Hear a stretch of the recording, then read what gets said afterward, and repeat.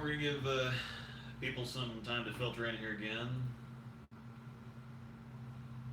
Make sure that my camera's working and everything.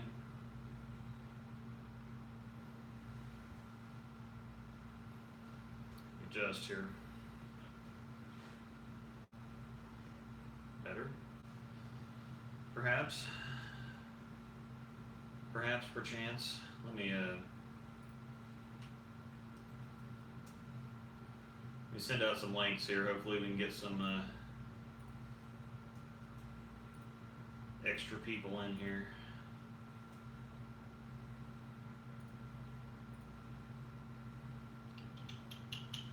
So you might notice the title here, my annual Nationals rant. I was going to save that until after the tournament, but it kind of pertains to what I'm going to talk about. So I'm going to rant just a little bit.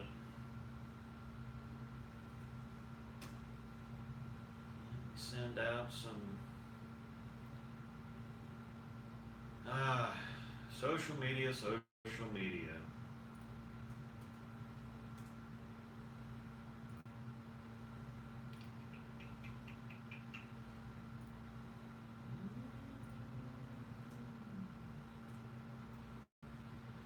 All right.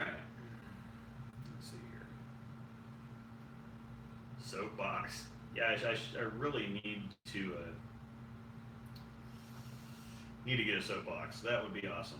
Favorite ball to use on sport shots? The idle when I can get away with it. The second favorite was as soon as the lanes get trashed, the hectic. Absolutely. Easy. Storm rapid fire solids. A little bit. Got it cheap as well. Any ball you get cheap is going to be better than any ball you paid a lot of money for, generally speaking. So, do remember the rapid fire. I don't necessarily remember the rapid fire solid, but it's probably got R2S on it, so it'd probably be just fine. Let me actually look it up. Fire solid.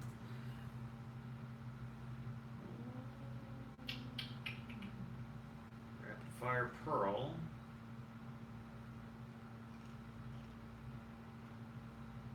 R2S solid twin V core 2.53055. It's R2S solid, and that looks like a pretty decent core. So yeah, I would expect it to be pretty good. I don't see any reason why it wouldn't be.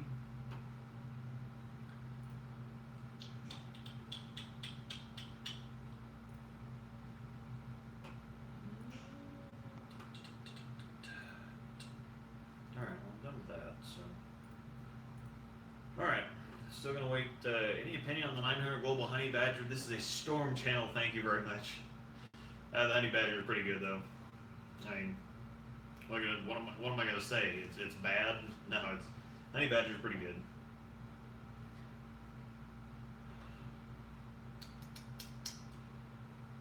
All right. Well, we've got a handful of people here. I guess we'll go ahead and get started. Oh, cool, Doug.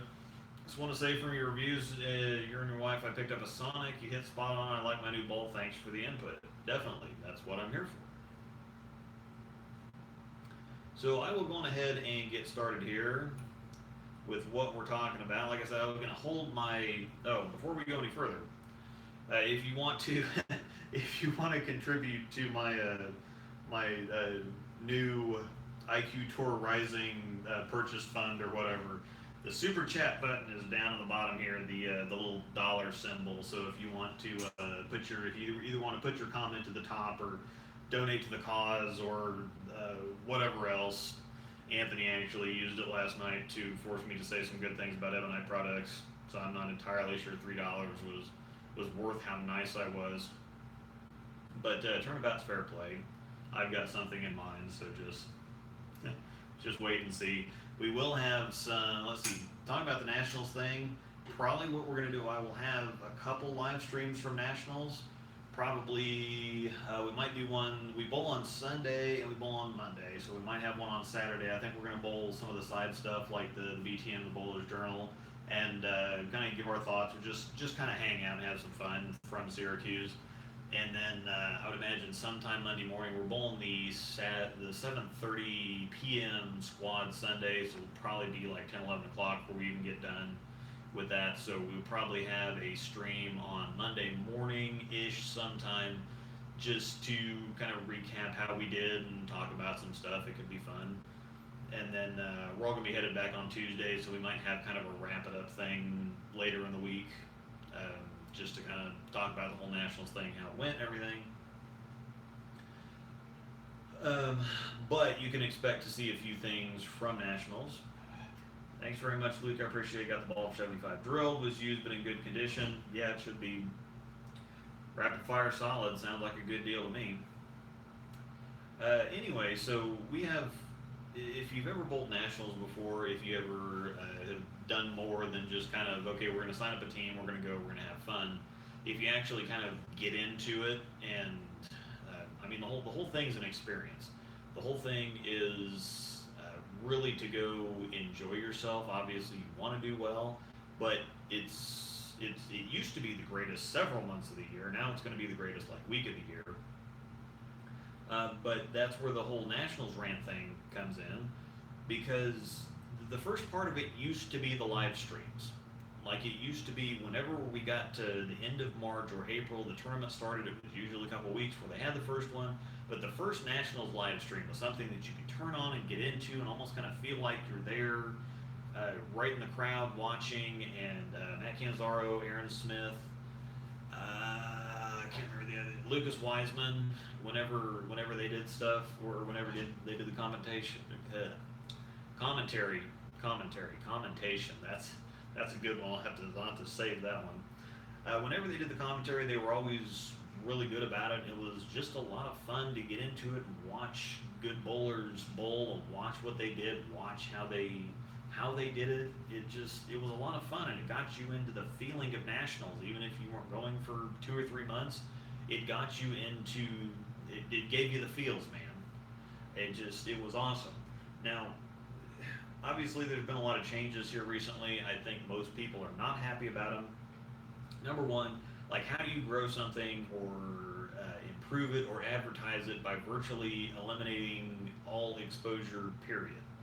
Like, I don't understand that. The votes are in, and it seems like people are pissed because the turnout for Syracuse it's going to be the second lowest since 1982, and I'm not even really counting El Paso, which was the lowest in 2015, because nobody wanted to go to El Paso because it was El Paso. It's not because they didn't want to bowl the tournament or didn't understand the rules or weren't happy about them or anything like that, which, by the way, El Paso was awesome, and if you didn't go, you missed out. But the people on the East Coast have been begging for a tournament for a long time. They're not skipping Syracuse because they don't want to go to Syracuse. They're skipping it because of Chad and his nonsense. The rules don't make a whole lot of sense. You have to get really far. The average rules are convoluted, or at the very least complicated enough to where people don't even want to mess with it. So if you're going to ban live streams to prevent people, I mean, ban live streams and don't show anybody the pattern information to kind of, champion integrity and whatever else, which they don't even know what the word integrity means. By the way, you keep using that word. I don't think it means what you think it means. Rodney Shelby, thank you, sir. $2. Rodney Shelby, you can whatever. Well, okay, yeah, you already did ask a couple questions. Ask a couple more. You gave me $2. That's going in the IQ Tour, or the IQ Tour Rising Fund. That's what that's going into, because we decided yesterday that I needed an IQ Tour Rising. So that's going into the IQ Tour Rising Fund. Favorite roto ball of all time? That's really hard. I'll answer that in a little bit. I will actually. Can I get a moderator so I can watch what people say and help out the channel? Yeah, I've already got kind of a moderator. Kind of, he's more my Discord moderator, but hey, CJ, what's up? Actually, you can watch what every everybody says on there's nothing that I get that isn't like completely public. So if you want to go in and see what people say, you can, I mean, you can comment if you want to just get into a video and look at comments and comment back on the comment. Sure, go for it. I mean, that's kind of what they're here for. So cool. But anyway, if you're gonna ban the live streams and not show the pattern with the intent of keeping everything, you know, all the integrity and which doesn't make a whole lot of sense to begin with because everybody already thinks that the good bowlers are gonna get they're gonna get all the stuff from backdoor sources, and they're still gonna all the good bowlers are still gonna get all the information. The only people missing out are the rest of the people, which isn't necessarily true. The good bowlers don't need the information, so to speak. So I mean they just don't. Let me see, where was I at? So if you're going to ban the live streams, just don't let anybody come into the venue and watch it all. Period. I mean, we're getting there on Friday. We don't bowl until Sunday night, so we're pretty well going to have 2 solid days to watch all the bowling that we can watch in person. And furthermore, I don't know how you can expect people to get better by withholding knowledge and information. That doesn't make any sense either. I mean, the live streams used to be a great source of information, of reading ball reaction, watching the moves that the great bowlers make, what they did to combat the transition, what they did to create favorable transition. This is how most people get better. And yes, of course, knowledge and information is going to give you an advantage, but that's kind of the point of knowledge and information. The last time I checked, I mean, the bowling elite gets so uppity and condescending and bent out of shape because the average bowler doesn't get it. But let's go out of our way to shut them out of everything and hide all the information. Like I don't understand what the difference is between watching the live streams and actually watching live in the venue right before you bowl. Or bowling something like the Bowler's Journal, which uses the doubles and singles shot so you can get warmed up on it, like right before you bowl. So why let them use the same shot if you're trying to preserve this integrity? Or why offer team practice sessions? Why allow all this stuff, but ban the live streams? That doesn't logic. I don't care about hiding the patterns. I mean, there's so many variables that even with the same oil and same machine and the same building on the same lanes, the BJ and the tournament lanes still play slightly differently, or at least differently enough to maybe give you a false read on something. We aren't even going to get into the average rules and the eligibility rules because number one, they're confusing as hell. Number two, not a single person's in favor of these rules except for the person they came from. So I mean, the live streams for us, or for me at least, used to be where it all started because it's not just showing up and bowling the tournament. It's the whole experience. Live streams used to be a big part of that. Again, as soon as April hit, it got me excited. It got me thinking about the tournament, looking forward to it. Now it's just kind of like whatever until you actually go bowl. And I think a lot of people are either going to quit or just be able to quit because of all the nonsense, which is really sad because the tournament is kind of the best experience that the average bowler can have all year. I mean, even if you show up and completely suck, the experience is what it's all about. I mean, obviously you want to do well. We put in a lot of work this year. We still have a lot of work ahead of us that we have planned once we actually get there. But that's part of the fun, and the fun's kind of being sucked right out of it. So, I mean, anyway. So what we did to kind of get prepared this year and what we're going to continue to do, there's still been plenty of Facebook videos that USBC's put out of people shooting honor scores or people that are chasing down the lead or something like that. And there's been enough video put out that we've seen what we need to see. You don't need to, I don't think that you need to sit there and watch live stream after live stream after live stream to get the idea. I think that you can see some shots and find out what people are using, and they'll tell you, well, I use this because all the staffers obviously naturally have to hashtag staff this and hashtag ball this, and so you're gonna find out which balls they're using. You're gonna find out what their surfaces are. You're gonna find out how they played them. You're gonna find all this information is actually coming out, which is kind of interesting. Is that this information all used to be available, but now since the information from the source is being cut off, everybody's trying to go around that to to even bring you more information. So maybe it worked out for the best. Who knows? I still miss the live streams though. I still want to watch the live streams. Let me check the chat here first. Dude, running in the family, $5.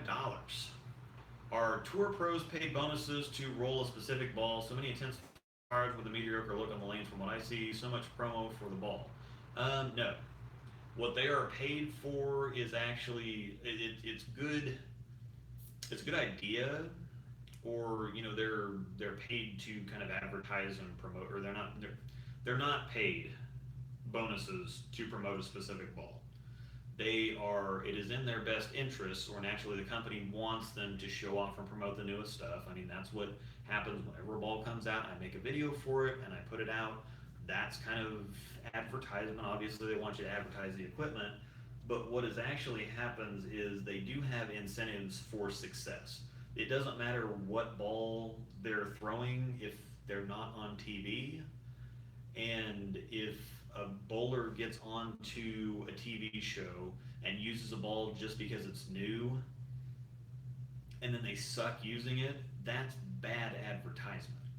So the best thing that they can do is, number one, get on TV, and then number two, do whatever they have to do to win, because that's going to be more impressive than, oh hey, the intense fire is out, let me throw this, it looks like garbage, and then everybody's going, well, that, and then they lose the tournament or don't do well. That's terrible advertisement. Obviously, the companies don't want anything to do with that.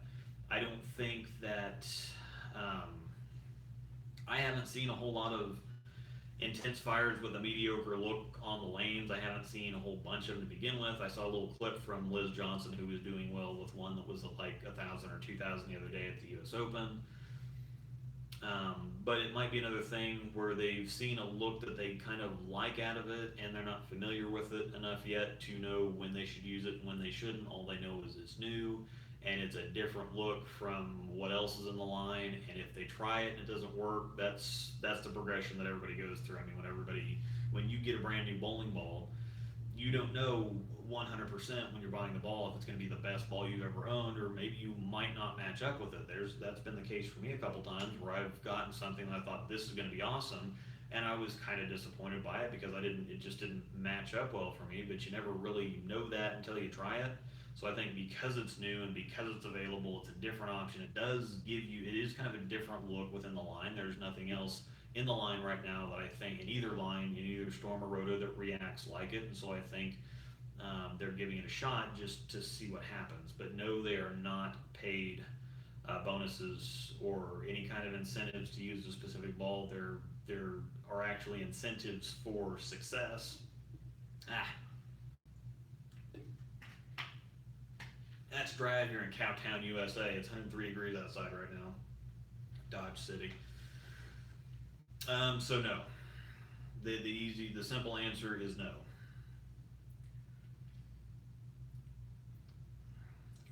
Bunch in the PWBA, I couldn't imagine that. Looks like surface changes happening. Yep, definitely. I don't think in my experience, it's not a very good sport ball without the polish taken off. It's kind of like the Hypercell Fused. Most of the time when you see somebody throwing a Fused, it's not going to be shiny. It's going to be a 2,000 or 3,000. I think that's the way with the intense fires. You got to take the shine off. It's not going to work on a sport pattern with the shine on it. I really don't think, unless the lanes are torched and you're in deep and wailing on it, you might see that happening from some of the guys, but it's probably still going to have some surface on it. So, yes, I want a Super Idol too. I really do. Oh my God, I really do. I'm going to have a talk with Chad this weekend. The other Chad, the Chad that I like. Yes, the Chad that I like. Chad McLean this weekend. I'm going to talk to him. I'm going to have serious talk because as we established yesterday, I'm kind of a big deal now. So I think that because I make decent YouTube videos, I have some pull, obviously, because I'm famous on YouTube now. So it's kind of the way that goes. Anyhow, back to the Nationals prep. So we saw plenty of videos on Facebook, enough to kind of figure out what we were doing. Experience is a part of it. We have a couple of guys I've been. I think this is gonna be my ninth or tenth one. Anthony's been to about the same amount, I think. We're actually going with bowling celebrity Ron Barr, who is the only guy in the history of the tournament to shoot back-to-back 300s. He did that on the way to winning the singles title in 2003. He's got 25 or 30 years out or something. He's going with us. We have a couple first timers. We have John Baton, who is in our two-handed beer frame video. He was a freshman for Newman, the Newman Jets last year. Two-handed, he's going, and then we have another a buddy of ours, Bruce Thoman, who just hasn't been there yet. He can really twist it up too, and so we have kind of a nice game plan, kind of a nice. We have four pretty high rev rates. I kind of float kind of in between. I think Anthony and John probably the highest. Bruce is down a little bit. I'm down a little bit further, and then Ron is about 325 ish, 350 ish, probably mid 325 probably. He's got a nice. He's kind of got like a Brian Voss type role. So what we've done is we've actually practiced over the last month or so. There's a youth sport league on Thursday nights at our home center, and they allow adults to bowl. It's kind of like a junior gold prep league. They allow adults to bowl with the kids to kind of up the ante a little bit because there's going to be stiff competition at junior gold, and so to kind of just to raise the stakes a little bit, give them something to shoot for. But we also use it for practice because they put out several different shots. And when you're used to bowling on a house shot, it's normally just throw right, watch it hook.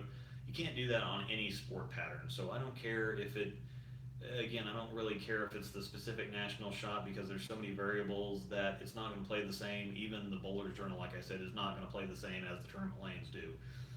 So the get something tough, practice on it, try to break the shot down correctly, try to then actually pretend like you're at nationals, and that's what we kind of did. We've had some practice sessions over the last several Sundays. We just put out something. We put out last year's team shot. We put out London the week before that. We put out Paris. We tried some other stuff just to, and we set a timer for 10 minutes of practice, and so we tried to break the lanes down correctly. We try to actually, focus on picking up our spares, focus on, talking to each other, just pretend like we're actually there instead of just getting out and throwing shot after shot after shot and just getting some practice. And we're trying to get some situational practice in as well. We're talking to each other about, I don't think that ball should go. Let's take this to a different surface. Let's do this with this. Check the chat. I will come back to the chat here in a minute. But that's kind of what we did to prepare for that, and so it actually helped quite a bit. Even if we're gonna have to adjust the plan in the moment. We've got kind of a tentative plan for right now. Like I said, we're gonna get there a couple days early. We're gonna spend all that time watching people. We're gonna bowl some of the side events. That's something that's really important to do, is bowling some of the side events to just get comfortable in the venue. Most of the time when you go to nationals, it's been a few days since you bowled, and so just bowling the Bowler's Journal or something to kind of get back in the feel of it or get used to the different atmosphere. I know that sometimes when I go to certain tournaments, I have a certain spot. Everybody has a certain way that they line up, and if the dots are different on the lanes or in different spots, then I have to kind of figure out a different routine. And so getting comfortable in the building where you're at, where everything looks different, and when your body just gets pre-programmed and so used to bowling in one or two places, when you go somewhere else, it can kind of subconsciously mess with you, so to speak. And so getting comfortable there, making sure that all your equipment fits, because when you go from one climate to the next, your hands might swell a little bit, they might shrink a little bit. You might get there a couple days early and sample a bunch of local cuisine and pack on a few pounds. So maybe you need to get that whole buzzed out before you get on the tournament lanes and find out, oh crap, everything's too tight and I don't have any more, I can't take any more tape out. Taking tools and tape and all that stuff, by the way, is also important. We have a collection of bevel knives and other kind of tools and tape, and sandpaper and Abralon pads and all kinds of stuff. So taking your own little tools and stuff to work stuff out, because if you get into trouble when you're actually bowling and you don't have any, it's not like you can just run out to one of the shops in there and get something fixed. So taking a bag of tools is also important. So warming up in the venue, watching other bowlers bowl, and even if there actually are going to be some good teams there while we're there to watch that we're going to really pay attention to. But even if there aren't, you can still watch everybody else and see what maybe isn't working for them. So even if you don't have like a blueprint right in front of you to follow, which sometimes really doesn't work anyway because everybody's game's different. So, and the topography on the tournament lanes this year apparently is not that great. So I'm also going to be printing off the topography list to take with us to see once we get on certain lanes. I mean, find out which lanes you're bowling on and go watch the people that are bowling on those specific lanes before you get on them later to see what's going on. All right, let me get back to the questions here. Let's import a pallet. Let's import a pallet. Heck yeah, super idol. What is a super idol? Super idol is a pearl idol which is going overseas, which we should have gotten. So let this be known that I predicted everything almost 100%. I predicted a pearl ASIM HP4 bulb, that's overseas. I predicted a pearl idol, that's also overseas. I predicted a pearl show off, which is kind of true because it's a show off core, but it is the hot shot core, but it's kind of modified and it's also a pearl, but it's crazy. So Tamer and Luke have the best ball reviews on YouTube. Heck yeah. Let's see. Tamer, yeah, did say return to live stream. Yeah.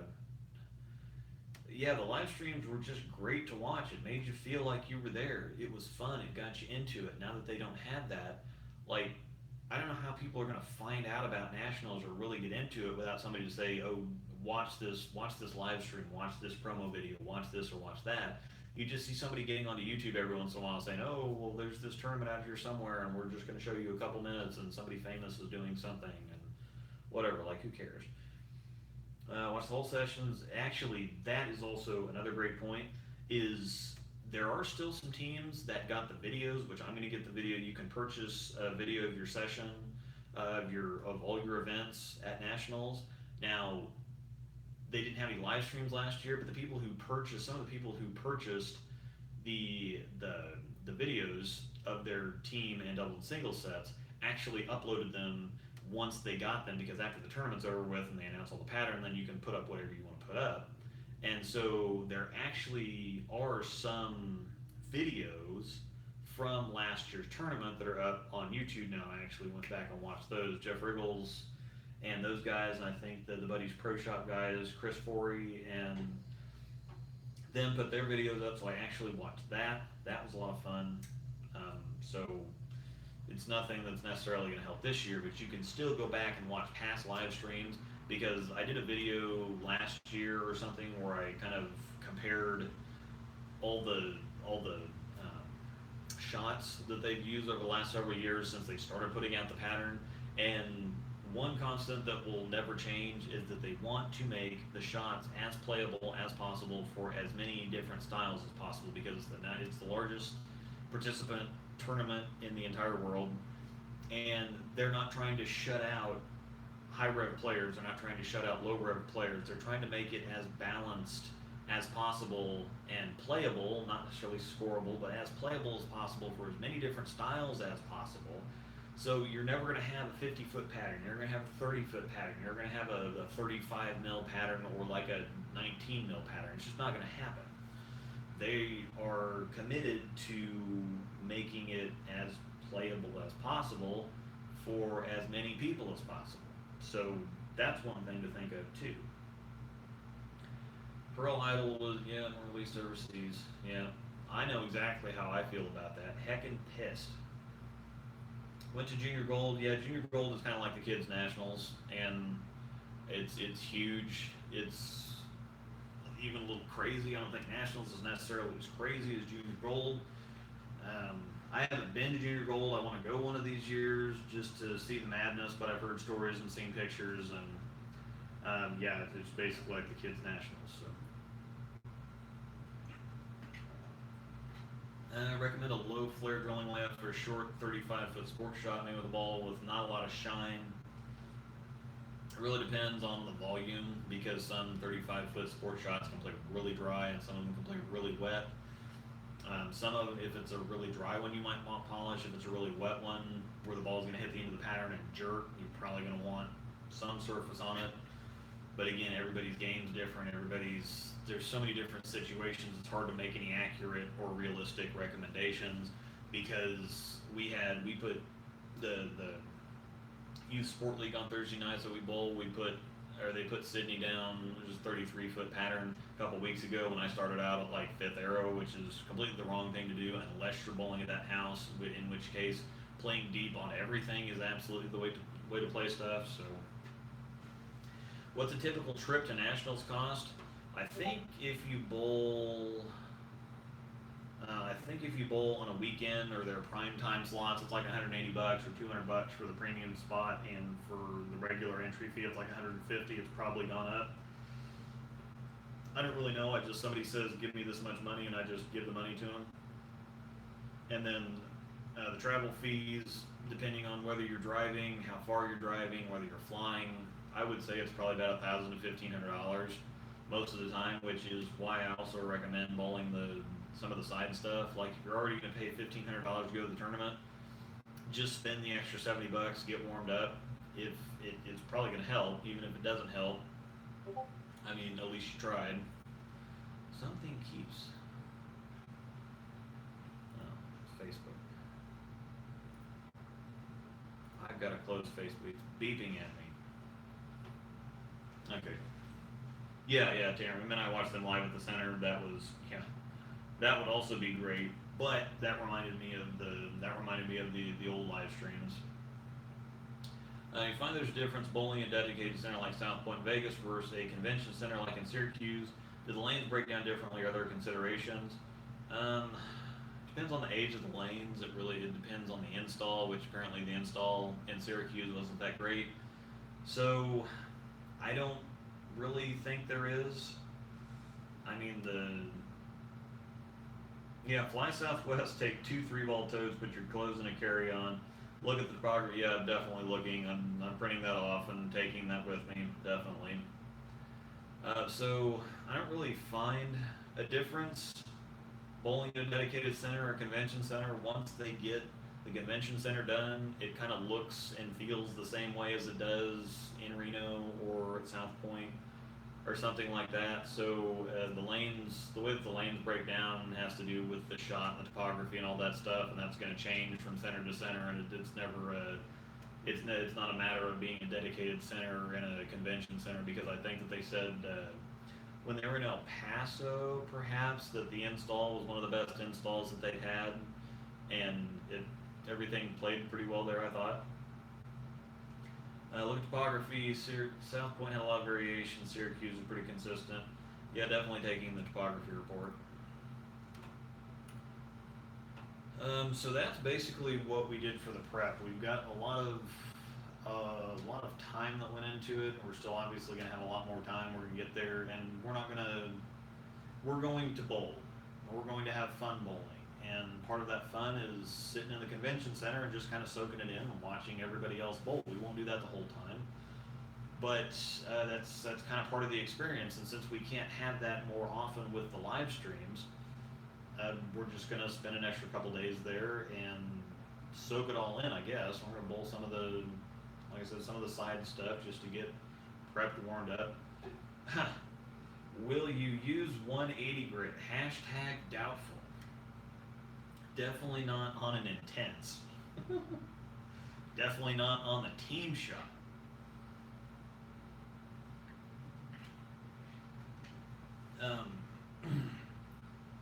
Let's see. So on the team shot, lefty green, my friend. Well, yeah, true. I am kind of a lefty. So I get it. Lefty bowling on a house shot is a heck of a lot of fun. Yeah, definitely not on team. Lefty bowling on a half shot's a lot of fun. I would not recommend it on sport conditions. Definitely would not recommend Moderately strong benchmark, lots of idles, IQs. I'm taking an idle, I'm taking an IQ. From what I've seen, contrary to what Tamer has seen, lots of symmetric stuff, especially from the higher rev crowd. I am taking No Rules Pearl. I think that's the only ASIM I took, but I don't really need ASIM help. For me, it just kind of creates back-end problems on flatter patterns. There's not any forgiveness inside, and it usually forces me far enough left that all of a sudden I have angle issues. When if I just take a symmetric, or if I just use something symmetric, it's generally tamer on the back end, and so it gives me a little bit more room at the break point, especially with kind of our plan to create a shin and team. So left side ASIMs, right side sims, yeah, pretty much. I'm bold statement here, Cotton. The left side of the lane is more challenging than the right side.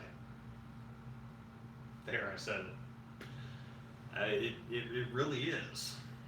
The thing that people don't understand about the differences between the left side of the lane and the right side of the lane. The left side of the lane is a lot tighter.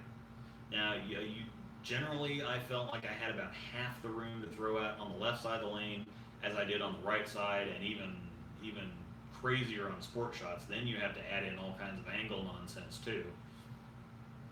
But the reaction on the left side of the lane is better, provided that you get really close to what you're aiming at. I found that my carry is usually better on the left side of the lane. The reaction is sharper and more crisp. However, that's not as good of a thing as you think it'd be, because if you miss a little bit inside, it's just gone. You don't have the extra 2 to 3 boards inside on a house shot like the righties do. Now, the righties might tug one half an arrow and get it to hold and leave a flat 10 pin, but if you tug it half an arrow on the left side of the lane, you're looking like the big 4 or something. So, yes, no built-in track. Exactly. Where are the timestamps? Oh my God, I couldn't even attempt to timestamp my rambling. If it's an action, yes, Tamer, either you have it, or you either have it or you have nothing, which is why I don't begrudge any lefty having any kind of success now, because I was actually bowling league with a friend of mine, a lefty. It's just regular league, and the righties, I think that there was 8 of us on the pair. There were 7 righties, 1 lefty. The lefty was the lowest on the pair by like 50 or 60 sticks, and this is a fairly easy shot. But it was just the pair or that night or something where he just did not have a look at all. He couldn't carry anything. If he got it out a little bit, it'd hang. If he got it in a little bit, it'd take off. He just did not have a look at all. Meanwhile, all the righties are just slaughtering it. Like, I think the low righty set on the pair was 695 or something.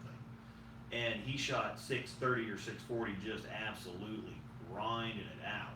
And so whenever I see a lefty shooting something, I made sure to tell him that too. I'm like, you just didn't have a shot tonight, man.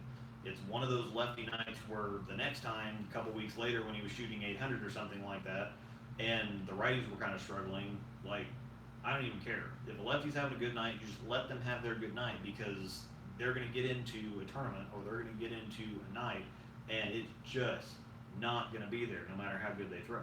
So, yeah. You need a hug. Fortunately, I'll see you here in a couple days. So,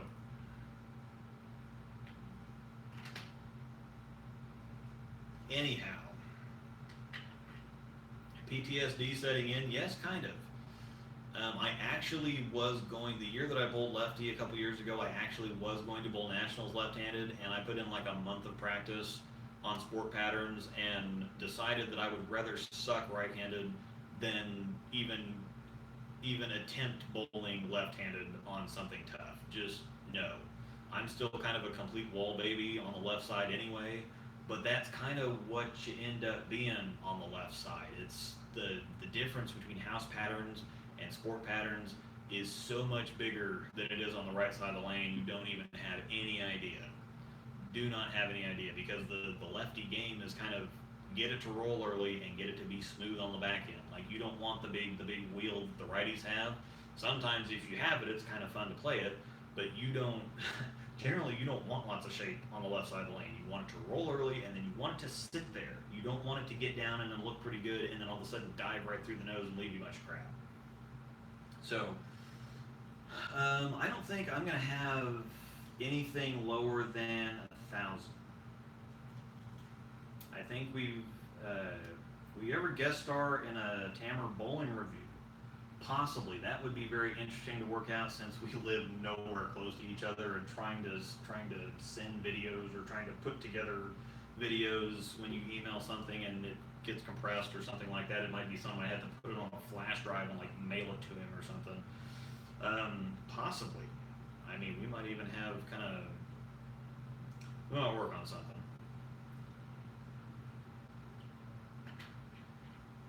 As fast as I've heard as the transition goes, now let me put something else to you this way: is that we have a lot of high rev rates.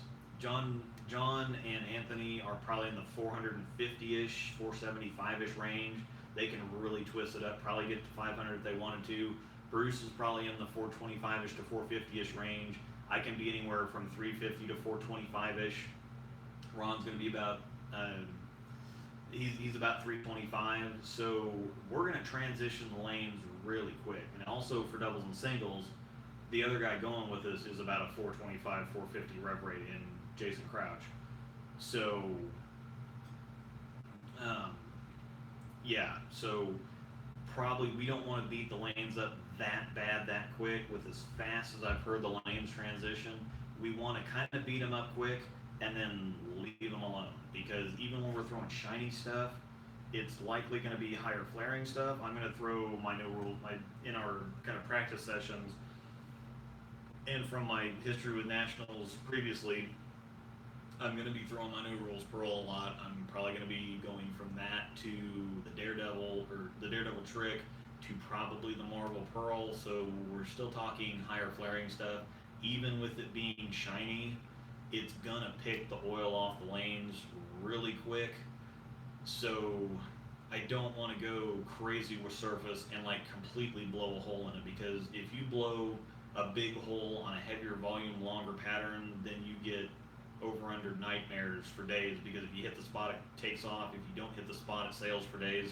So we're going to try to kind of gently groove something in. It doesn't look like doubles and singles is that tough this year anyway, so we don't really want to go nutso with it.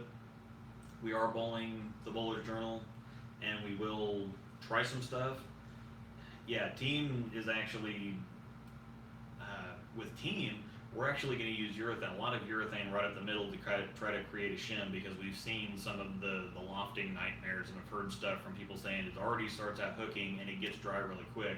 So we're going to use a lot of urethane. It worked well in our testing sessions because we have a house that hooks quite a bit anyway, and with team wanting to hook, especially if it gets left, using urethane helped us build a nice little shim, and we really liked what we were seeing out of the practice. Obviously, it's not going to be exactly the same on the tournament pattern, but it's probably going to be pretty close. So again, with our rev rates, we're going to change the lanes really quick, even with shiny stuff.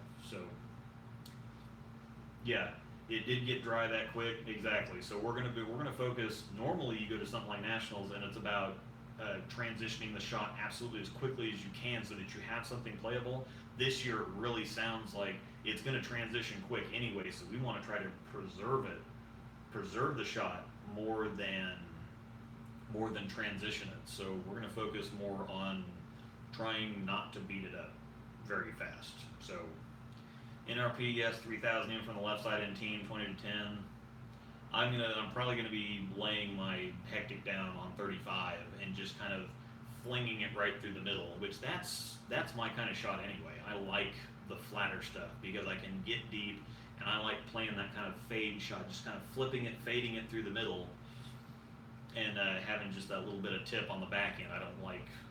I can do it, and I do it a lot just because when you hook the ball in a house shot, you just kind of fling it to the right and watch it hook.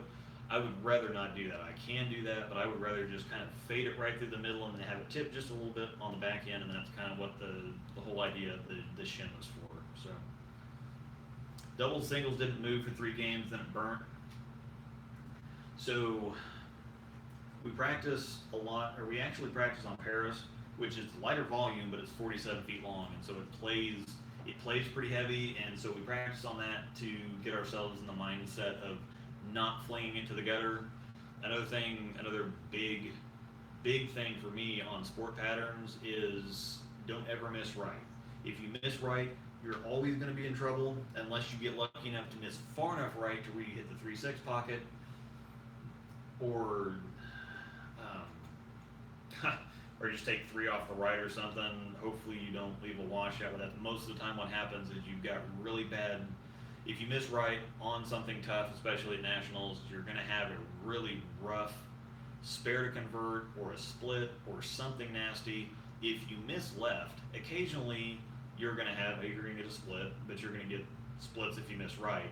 Occasionally you're going to get a crossover, you're going to get a Brooklyn, or you're going to get a higher pin count. Even if you get one of those runaway 5 pins or something, you're still staring at a single pin spare more often than if you miss right. So definitely on the doubles and singles shot, if we were going to miss, we missed left. Otherwise, we played really straight and kept it tight to the pocket. And on something like that, especially at nationals, every single pin counts. So try to keep it near the pocket. Try to pick up makeable spares. 1800 is a great set. That's what we're all kind of shooting for. Obviously, we want to do a lot better than that, but that's kind of what we're looking at. Had the BJ about 3 boards, hooking more.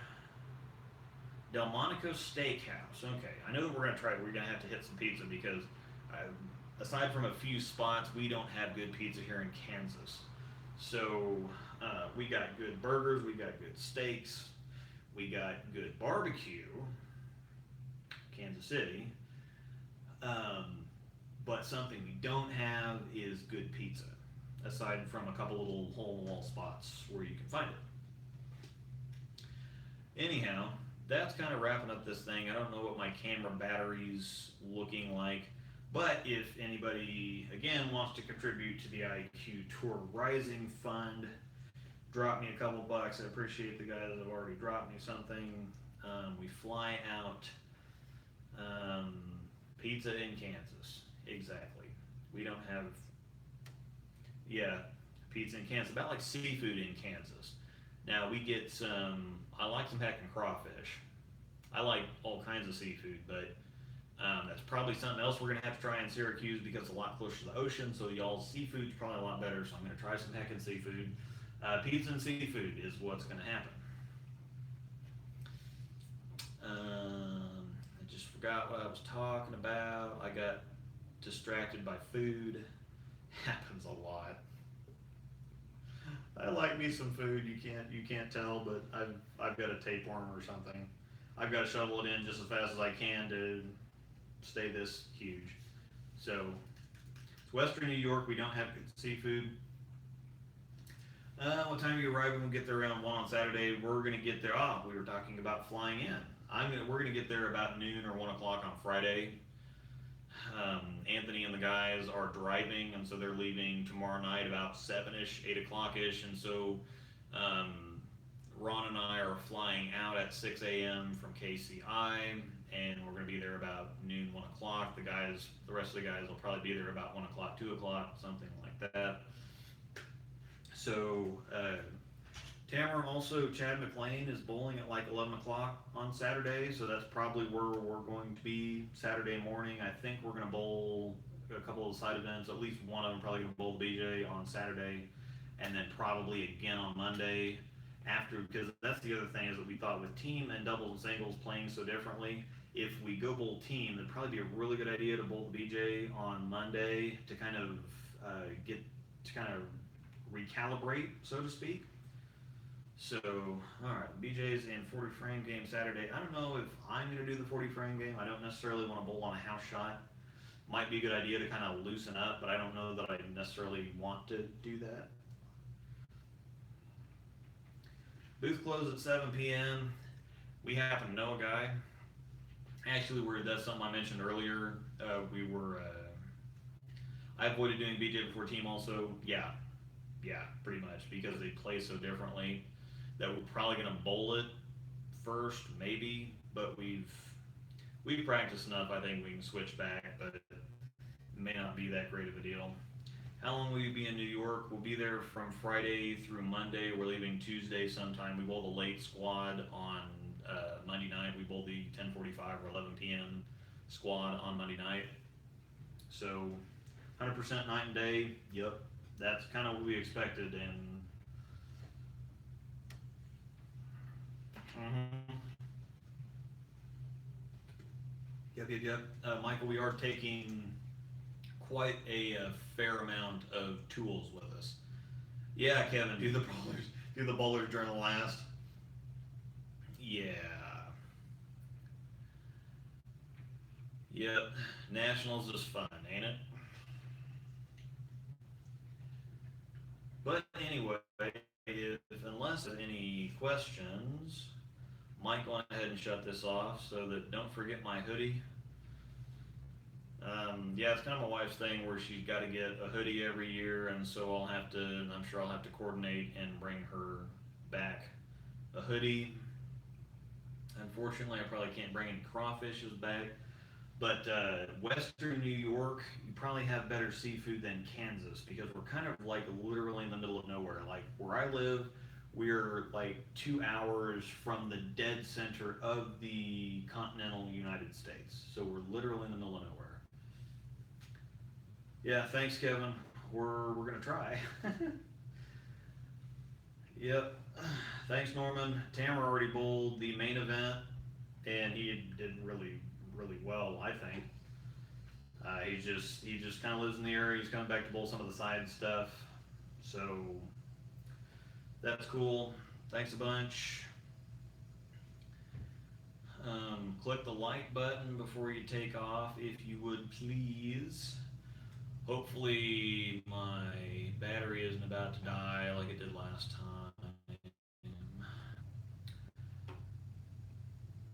I could probably keep rambling for a little while, but we're probably better going ahead and shut this off. We'll have more interesting, definitely more interesting live streams from Syracuse. That ought to be really fun. So look for that. Definitely, probably